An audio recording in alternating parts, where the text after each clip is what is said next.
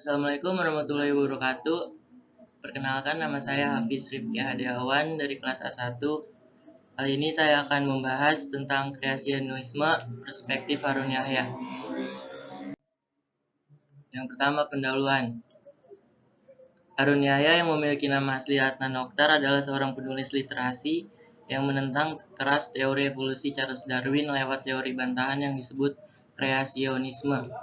Yahya menjabarkan ada dua bukti ilmiah yang mengatakan bahwa evolusi adalah sebuah kebohongan. Bukti pertama adalah evolusi tidak mampu menjelaskan bagaimana unsur protein dihasilkan karena sebuah protein. Unsur protein paling penting dalam hidup makhluk hidup tidak mungkin muncul dengan sendirinya dan membutuhkan protein lain agar dapat menciptakan protein baru. Bukti kedua adalah dari fosil. Menurutnya, tidak ada fosil yang merupakan fosil peralihan, yaitu fosil yang menghubungkan suatu makhluk hidup dengan nenek moyangnya. Fosil ini seharusnya berguna untuk menentukan taksonomi makhluk hidup serta menentukan jejak evolusi nenek moyangnya sehingga mendapatkan bentuk seperti makhluk hidup modern.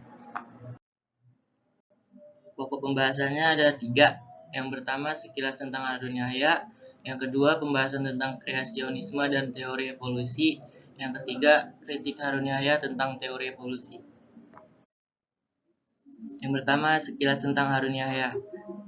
Adnan Oktar lahir pada 22 Februari 1956, juga dikenal sebagai Harun Yahya, diambil dari nama Nabi Harun dan Nabi Yahya, atau Adnan Hoka. Adalah seorang pemimpin kultus dan kreasionis Islam. Ia merupakan penentang teori evolusi. Darwinisme dianggapnya sebagai sumber terorisme.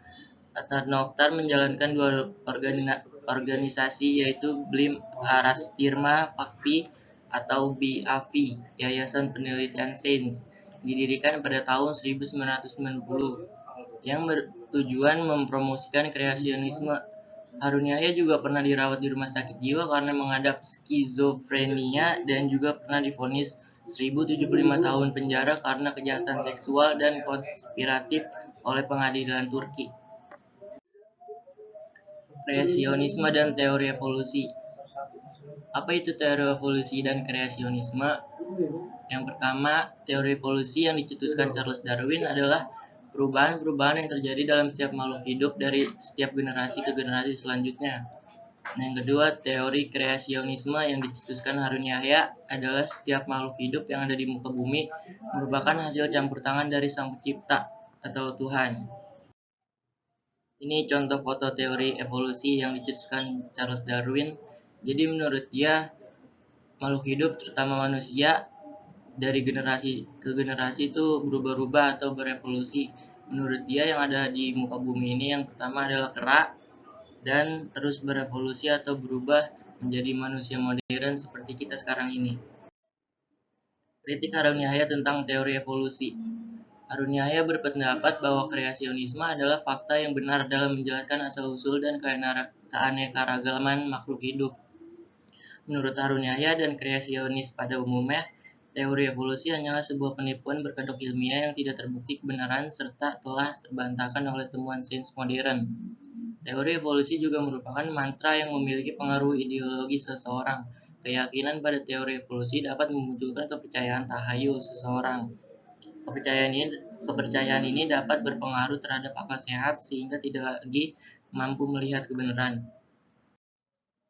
Harun Yahya menyatakan bahwa Darwin tidak dapat menunjukkan adanya bentuk peralihan pada makhluk hidup yang mengalami evolusi. Misalnya tidak ditemukan satu makhluk pun yang sedang mengalami perubahan dari spesies asal menuju bentuk spesies lain.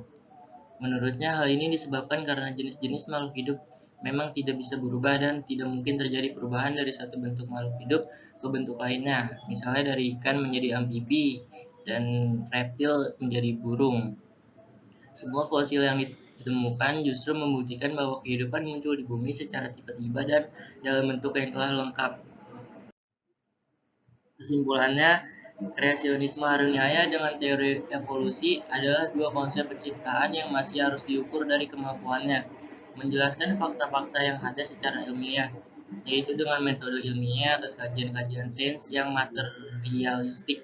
Sebagian besar ilmuwan maupun masyarakat pada umumnya memang membenarkan adanya penciptaan terpisah.